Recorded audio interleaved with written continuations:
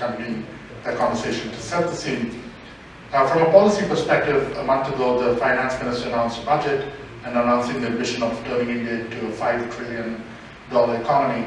From the perspective of the state, if I may put you on the spot, given that we're off the record, what do you want from the central government to help you do the work in your state? What other reforms, what is the implementation of those reforms that is still lacking from the center that will enable Andhra Pradesh under your leadership to achieve its goals? And the second one is, I was very interested, I think a lot of folks around the room might be, to hear your thoughts on how to make Andhra and its residents more climate resilient. We've been hearing a lot of stories about water, drought, flooding, and of course the rising sea levels affects the state with a long coastline uniquely in many ways.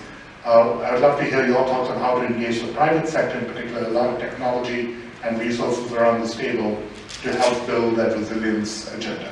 Thank you. I think that is something what any state would require. All what I can say is we share a good relationship with the central government and with the neighboring states as well. In fact, first time we have a situation where Telangana state government will be working together in a very strong way, where interlinking of rivers is taking place with both the states coming onto one central platform. So that's something that was never done before, never heard before. Something is happening now. So bilateral relations are very strong. As far as the other part is concerned, what Professor asked, we spoke about desalination plants, we spoke about interlinking of rivers, we spoke about electrical buses. All these are components where environment is looked at in a more positive way. So phasing out of 11,000 and odd diesel buses and bringing whole of them into electrical mode, 1,000 buses each, I think will be calling for a global tender. So it's a very strong, sustainable BOT model what could be evolved, because the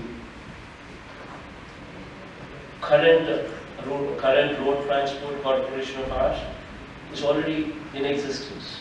It's just doing it with the diesel buses.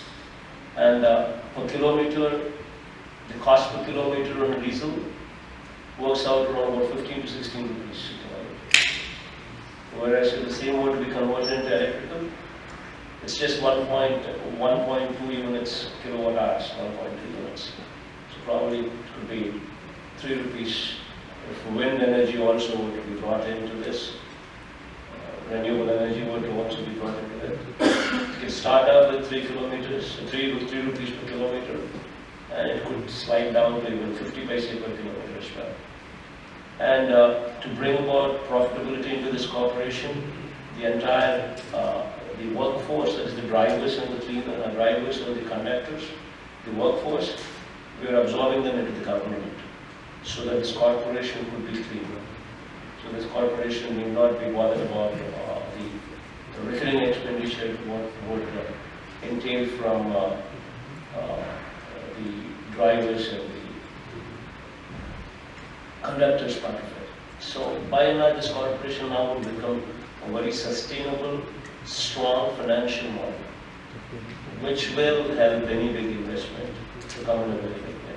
So this is a positive step towards cleaning up of the environment. So by and large, we also want to bring about environment-friendly policies. We want to bring about, we want to change this pollution policy also of ours in a big way. We want to bring about certain professionals who have a lot of knowledge in this pollution, come and join us in a big way. So that, the moment I took over the reins, I just asked someone in the government handling pharma part of it, as to what the numbers officially were and what the numbers unofficially were. The toxic waste officially recorded is 30,000 tons. The unofficial records speak about 1 lakh tons. The balance of 70,000 tons is either going into the sea or it's being burned into the air. So I just want to, so we decided that we need to bring in certain professionals into this who have a lot of knowledge as to what they're talking about, especially in pollution. So we want to take care, we want to handle the entire procurement of waste so that it could be handled properly.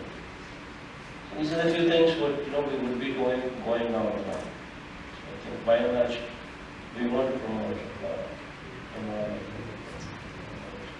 Thank you very much. Picking up now on a theme that Dr. Ramesh brought up was the ease of doing business, which you can imagine. This is a business association that's paramount for our members. So it's great to see that is something that's high on your priority list. The one thing that I would just comment that it's great to have a single point of contact. We do that here in the U.S. with states have a single point of contact. The key is that single point of contact is empowered to be able to drive the process. So it's not, if you have a single point of contact, it still takes a year because that individual is not able to drive the process quicker. So we just emphasize empowering of that single point of contact to drive the process through, as opposed to just managing it across the different agencies. So we're very encouraged to see that, and especially with how you opened today up, you kind of give the underpinning for doing business in a region with honesty, trust, and political stability, which are paramount and key for businesses to thrive. One question, as AP has been known for certain sectors, we've talked a lot about agriculture, healthcare. What are the new sectors and the emerging sectors that you would like to encourage the business community, whether it be space, whether it be something in technology? What is it, something that you would like to encourage American businesses to look at, to compete with in order to grow and build and invest? No, but as you said, I think the reason is, as you said, single point application. We just not want to just monitor that, we want to drive it. That's exactly the reason why we said it will be governed by the Chief Minister himself. I will be the chairman of that committee. And so that I think would set everything what the state is going to give. I think that would be done on a voluntary basis. And as far as everything what central government would have to be giving in, that we would pursue. And I think central government is also very proactive, and hopefully things will go off very smoothly. But not many of them require central government's permission in that way. So permissions by and large would be very speedy, and land and power and water, these are the things what will also be very, very, which we will provide them. So I think we have absolutely no problems with that. And coming to emerging sectors, where I just listed out quite a few of them. Have a strong sea coast, what could be used, whichever way we want. Anything you want to export, we're there. Desalination plant, I just spoke about. Metros, we just spoke about. And BOT models, all these things can be taken up. Ports, we just spoke about. And then internal waterways. We have Buckingham Canal, what would be revived, which would straight away connect the entire coast from north to Chennai, including goes all the way to Chennai. So the ferrying cost is of course much cheaper than taking anything on the road and taking anything through the rail. Ferrying cost is much cheaper. So that would be a phenomenally big project. It could set a change. I just spoke about electrical buses, and I said corporation. The bus corporation is very strong after removal of these employees from that part, and diesel versus electricity, I just spoke about. And agricultural research, bringing in good universities, food processing, improving the quality of our aqua and agricultural products. Something like what people like, anything where agriculture could be harnessed properly, we are the place. Okay, we'll open it up now for a few questions from our members. I believe we'll start off with Jacobs and Amir F. Takari, who heads up international development for Jacobs. Thank you, Robert. Thank you, Your Excellency. I very much enjoyed the presentation this afternoon. I'm with Jacobs. We are one of the world's largest engineering firms and professional services firms. We have quite a lot of work in India, particularly with the Capital City project, where Jacobs was the program manager. My question to you today is, what's your vision for the Capital City project? Do you still see smart cities as an integral part of the development and future of AP going forward? Thank you.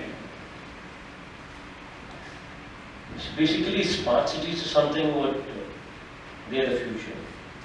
See, ultimately, all the important cities would have to be turned smart. So that would be a priority. Vizag is one such place what is high on the priority. It's one of the, in AP, it could be termed as one of the most cosmopolitan places. So there would be a lot of focus on that, and anything you have on that, you're always welcome. Support you everything. Nelson Cunningham, President of McClarty and Associates. Thank you so much, and thank you for making this one of the first stops on your visit. I was a longtime board member of the U.S. India Business Council, and I'm currently a board member of the Atlantic Council, so I think you could not have picked two finer institutions to host you today for lunch. My question relates to one of the issues that came up over and over and over again in the presentation, which is providing your people with health care at a reasonable cost. One of the issues that we have seen over the years that is one of the most difficult in assuring affordable health care is the cost of pharmaceuticals. And I wondered what your strategy is for dealing with the cost of pharmaceuticals to provide broad access to your people. Andhra Pradesh has got a strong coastline, as I just spoke about. There are a lot of pharma companies already prevalent in AP because of its strong presence. What we are wanting to do is the FDA norms, the World Health Organization norms, the WHO norms. These are the things what in procurement to state government entities was not a factor. But now, after we have come into power, in fact, just coincidentally, just a couple of days we had a review meeting with the health department, and in that department, just a couple of days ago, we decided that henceforth procurement norms should be at least WHO. This is something what we have also taken into consideration, because unless the quality of the medicine given, unless it is improved, and where unless it is improved, it doesn't yield good results. That's one of the very, very important points we also understand, and we're doing it in a big way. In this process of doing whatever we have in mind, I think it's going to be one of the most talked about model what we contemplating. If this goes well, this entire country would actually look up to us. We're wanting to ensure that anything what is above 1,000 rupees is covered. So for that, we're making sure that the number of diseases what come under the insurance policy, that they're increased. The national policy speaks about around 900 odd diseases. We wanted to take it up to 2,000. And then we wanted to improve the quality of our domestic internal hospitals. So every hospital, we want to revamp them in a very big way, so that every hospital is to the standards, to the best of the Indian standards what we have. We want to upgrade every hospital to that level. So we wanted to bring about all these changes. So hopefully in the next 3 years, thankfully with God's grace, hopefully we would like to see some changes going on. Right, okay. Being cognizant of time, Chief Minister, what we'd like to do, we've got 3 quick questions. I've got 3 cards up. If you'll name, company, quick question, we'll give them all 3 together, let you react to them, and then we'll make sure we're on time. Okay? That sound good? So, ma'am, just wanted to ask whether Andhra Pradesh would be open for financing of infrastructure, like you mentioned BOT and things like that. Whether you would be open to approaching the international markets for masala bonds. Kerala has successfully done that for financing such infrastructure, and the first and only state to do that. So whether Andhra Pradesh would be looking at those models for financing infrastructure as well. Okay, thank you. Back to back. Thank you for coming. I'm Amana from Vicky. I just had a question about skills development, especially in light of your 75% reservations in state employees and how we can help upskill the workforce, especially as India is now trying to attract manufacturing jobs in IT and tech. So is that going to be government-led, or are you going to be working with the private sector? Thank you. Thank you. Steve. Thank you very much. Steve Jacobs, Philip Morris International. Not so much a question as an offer. We used to be a major purchaser of leaf in Andhra Pradesh, and I was listening to your comments about agrarian reform, and we would very much like to come in and talk to you about our ideas of how we can reform the production and marketing system that would bring greater farmer income and value through good agricultural practices to the farmers in need. Be open to that. We'd like to talk to you about it. Great. Thanks very much, Steve. So we've got one on finance and worker development.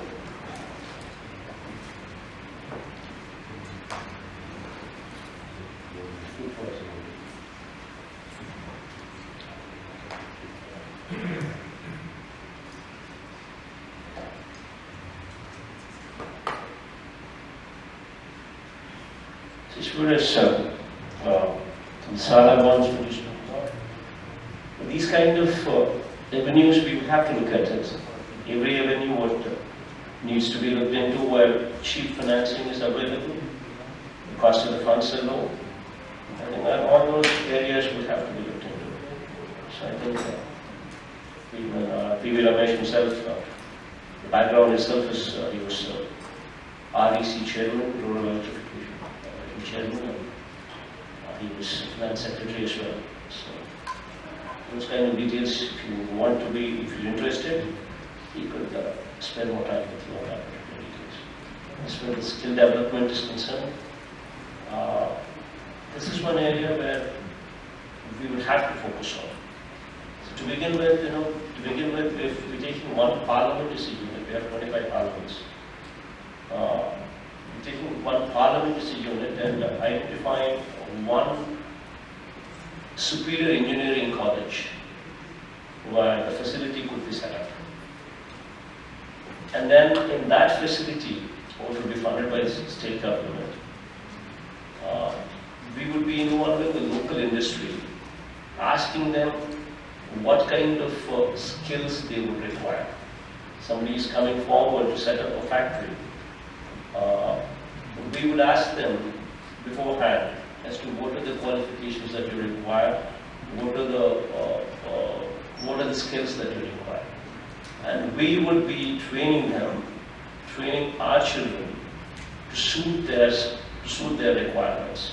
So it would be a combination of the local industry as well as the government who would be imparting training in these colleges that we identify as a hub where training could be given. And as far as taking external help, like as you said, that would be welcome. In fact, any value addition that could be brought about, that would give confidence to the international community, that would give confidence to the people who are wanting to come and set up industries. I think that would be an important part. Anybody who's of that credibility, who holds that kind of certification and that kind of credibility and would help give confidence to the people who are coming here and wanting to set up their base here. I mean, it will be welcome for us. It will be a welcome decision. Very nice. We'll take this. The other gentleman was talking about tobacco processing. And ITC is also very strongly present in our state. And we would definitely welcome that. This is one thing that requires, because only when there is competition, there is better rates. So you would definitely welcome that. We all like competition. Well, that concludes our question and answers.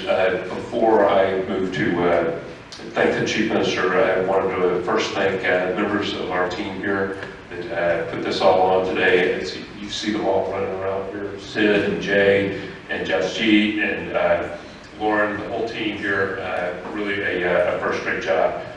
We're honored to have our members here today, but most of all, we're honored to host the Indian delegation from AP with the officials that you brought with you, but also Ambassador Shringlai. And once again, your partnership and working with you has just been superb since you've been here since January. Mr. Chief Minister, you've been in office for just a couple months. You've already made a huge impact. We look forward to increasing that impact. We appreciate sincerely that we're your first stop on this visit. I look forward to seeing you at Notre Dame next week, and we wish you the very best of luck. Thank you very much. Thank you. Finally, ladies and gentlemen, security has asked that everyone remain seated while the Honorable Chief Minister exits, and then we'll depart. Jules, may I take this opportunity to acknowledge the grateful thanks for USIBC for organizing this function, especially Shobhan, and may I request Honorable CM to serve this in an honorable.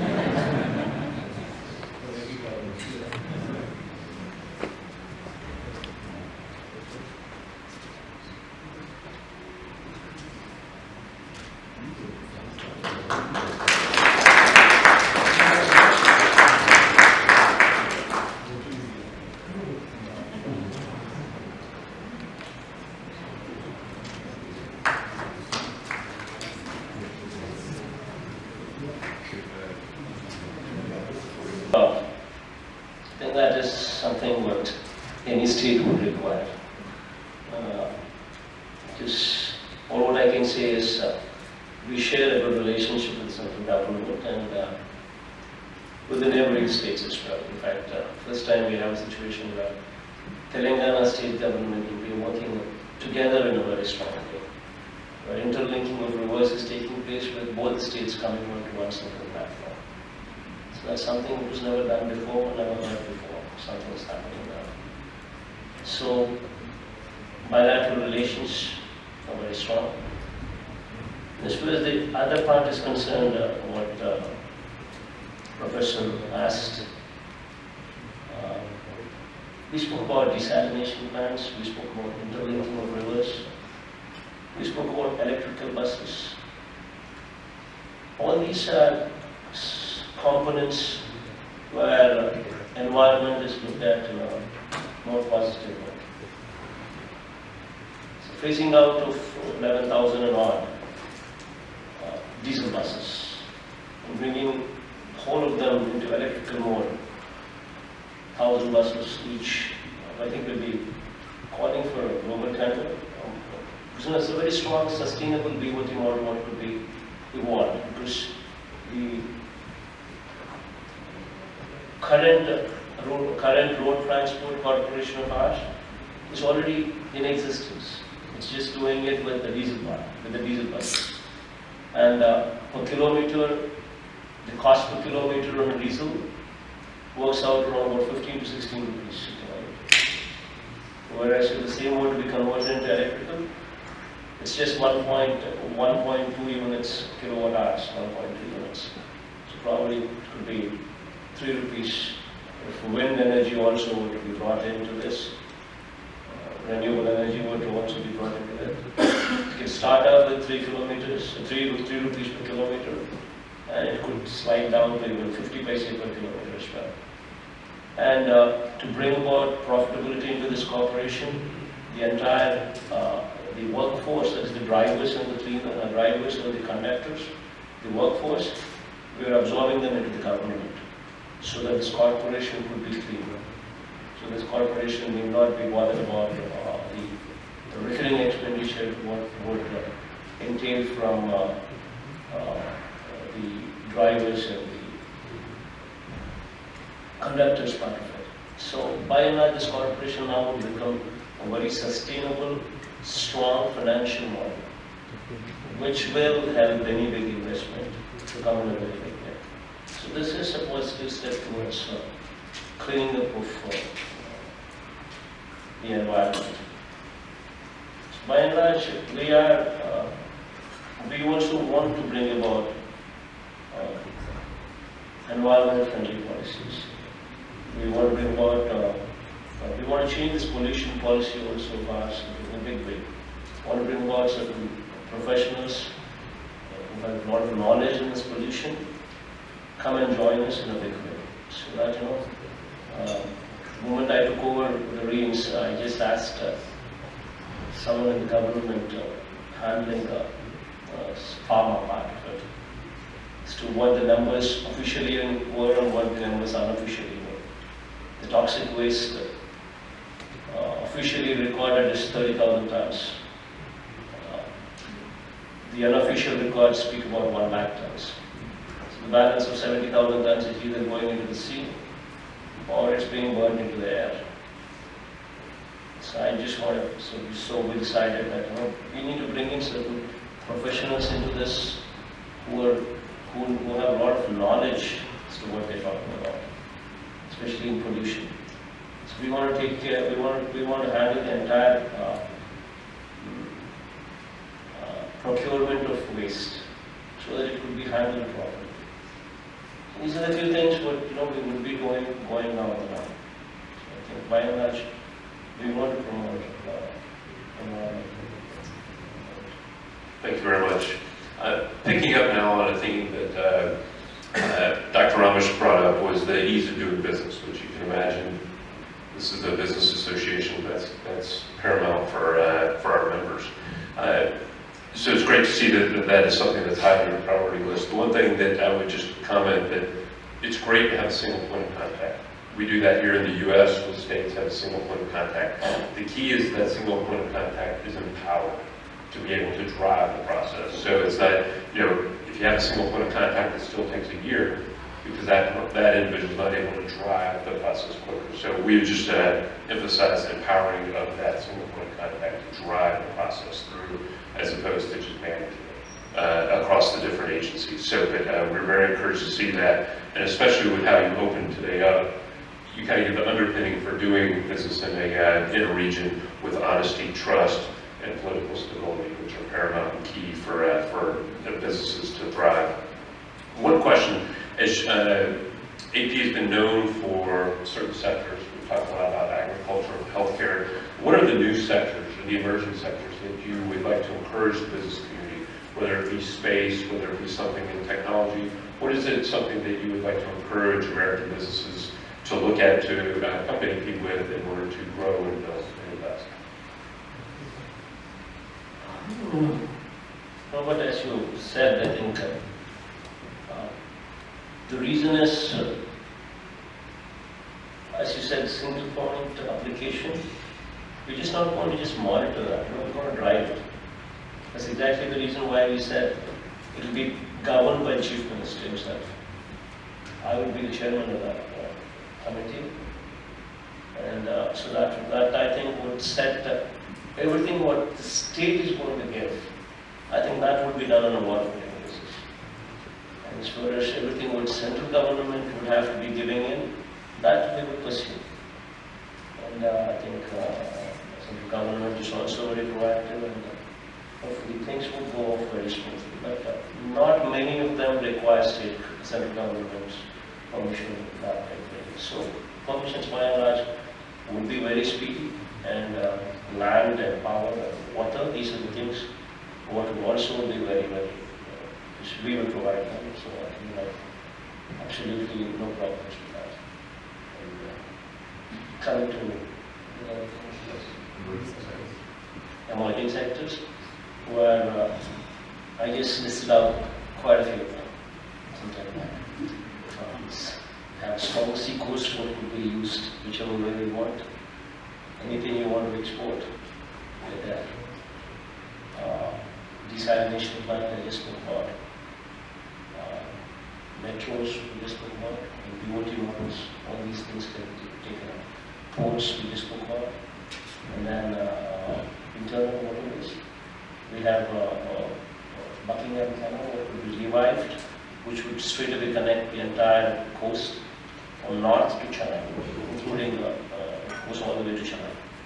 So the ferrying cost is of course much cheaper than taking anything on the road and taking anything through the rail.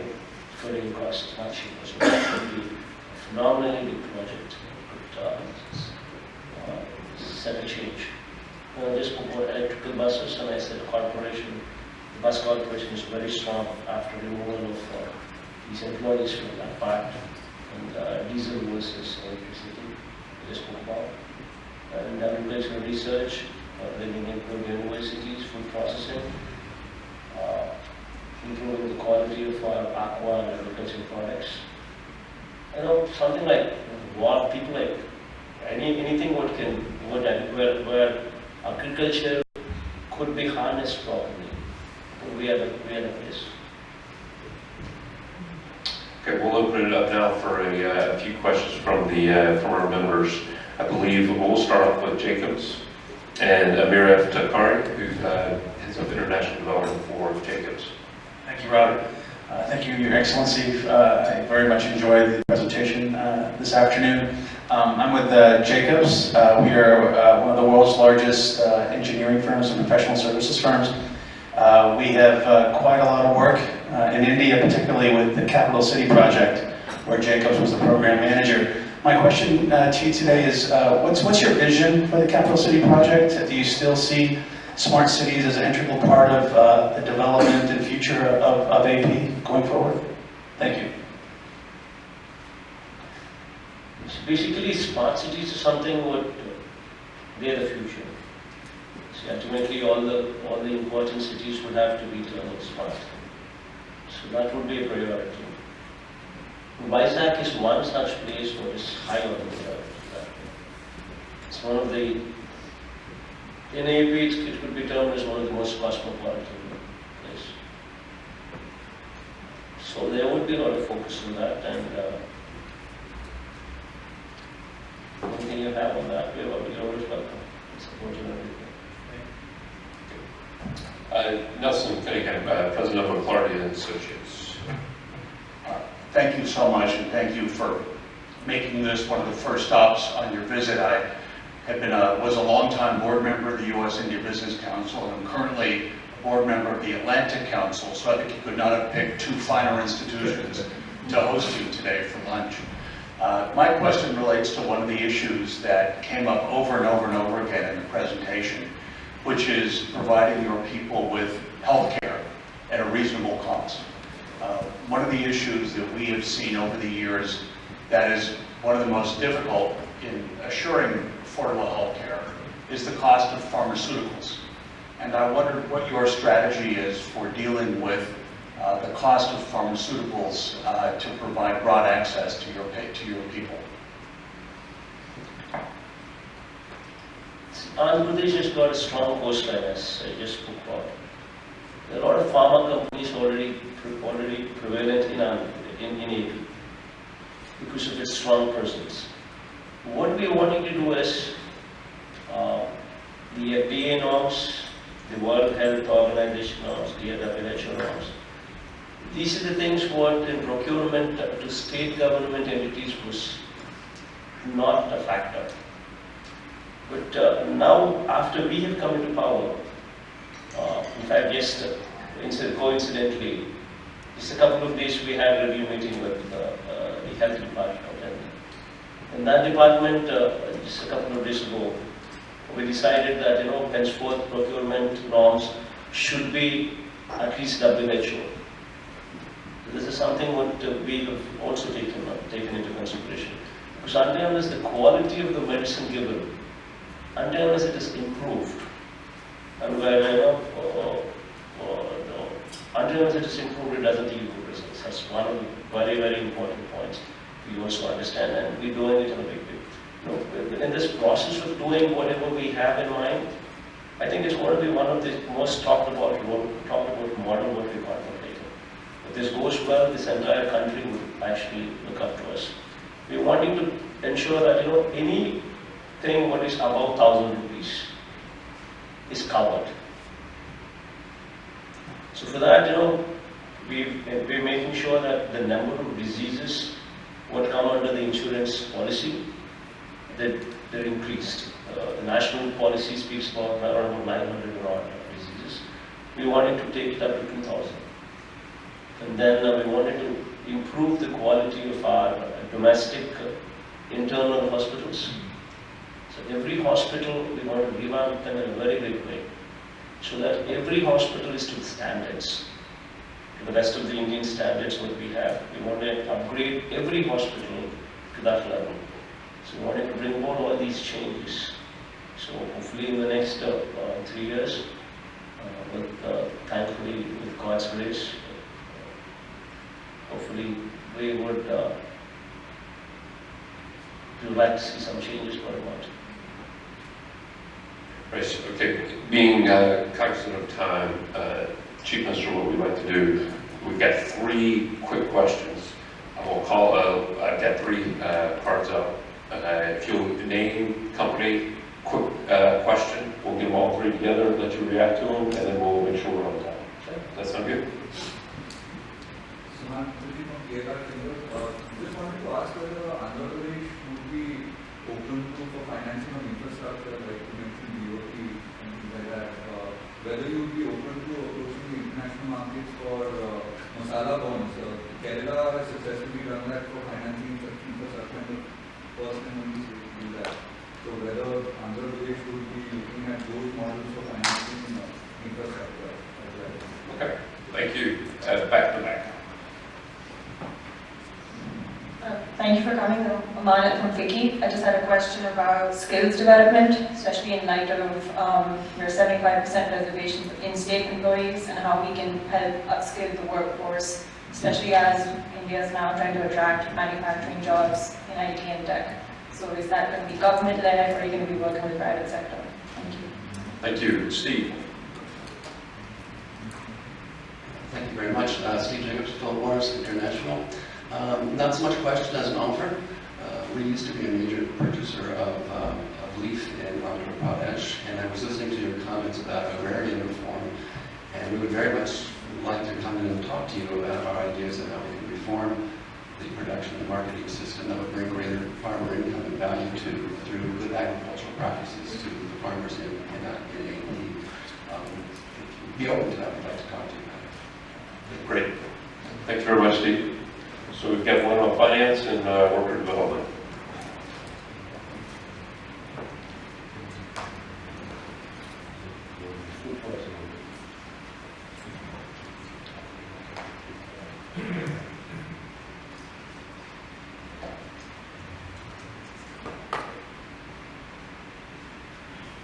As far as masala bonds produced, these kind of avenues we have to look at it. Every avenue what needs to be looked into where cheap financing is available. cost of the funds are low. I think that all those areas would have to be looked into. So I think even P.V. Ramesh himself, the background itself is he was REC chairman, Rural Electrification chairman, and he was finance secretary as well. So those kind of details, if you want to be, if you're interested, he could spend more time with you on that particular details. As far as skill development is concerned, this is one area where we would have to focus on. So to begin with, if we're taking one parliament decision, we have 25 parliaments.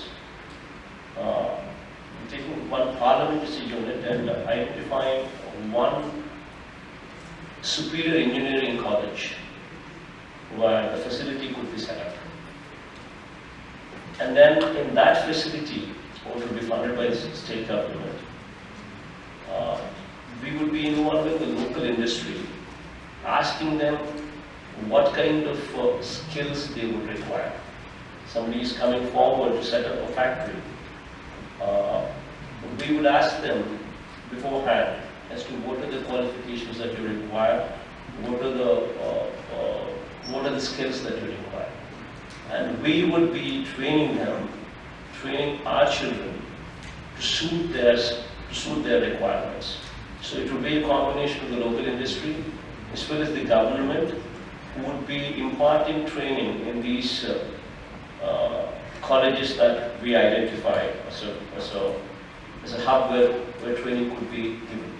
And as far as taking external help, like as you said, that would be welcome. In fact, any evaluation that would be brought about, that would give confidence to the international community, that would give confidence to the people who are wanting to come and set up industries. I think that would be an important part. So anybody who's of that credibility, who holds that kind of certification, that kind of credibility, and who would help give confidence to the people who are coming here and wanting to set up their base here, it will be welcome for us. It will be welcome decision. Very nice. Well, thank you. The other gentleman was talking about tobacco processing. And ITC is also very strongly present in our state. And we would definitely welcome that. This is one thing that requires, because only when there is competition, there is better rates. So we would definitely welcome that. We all like competition. Well, that concludes our question and answers. Before I move to thank the Chief Minister, I wanted to first thank members of our team here that put this all on today. You see them all running around here, Sid and Jay and Jeff G and Lauren, the whole team here, really a first-rate job.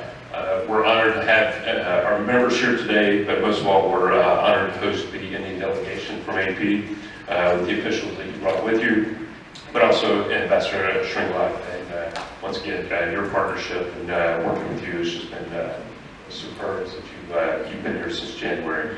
Mr. Chief Minister, you've been in office for just a couple months. You've already made a huge impact. We look forward to increasing that impact. We appreciate sincerely that we're your first stop on this visit. I look forward to seeing you at Notre Dame next week, and we wish you the very best of luck. Thank you very much. Thank you.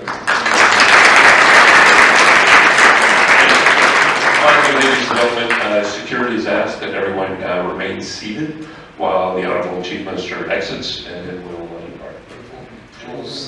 May I take this opportunity to acknowledge the grateful thanks for USIBC for organizing this function, especially Robert, and may I request Honorable CM to serve this in an honorable moment.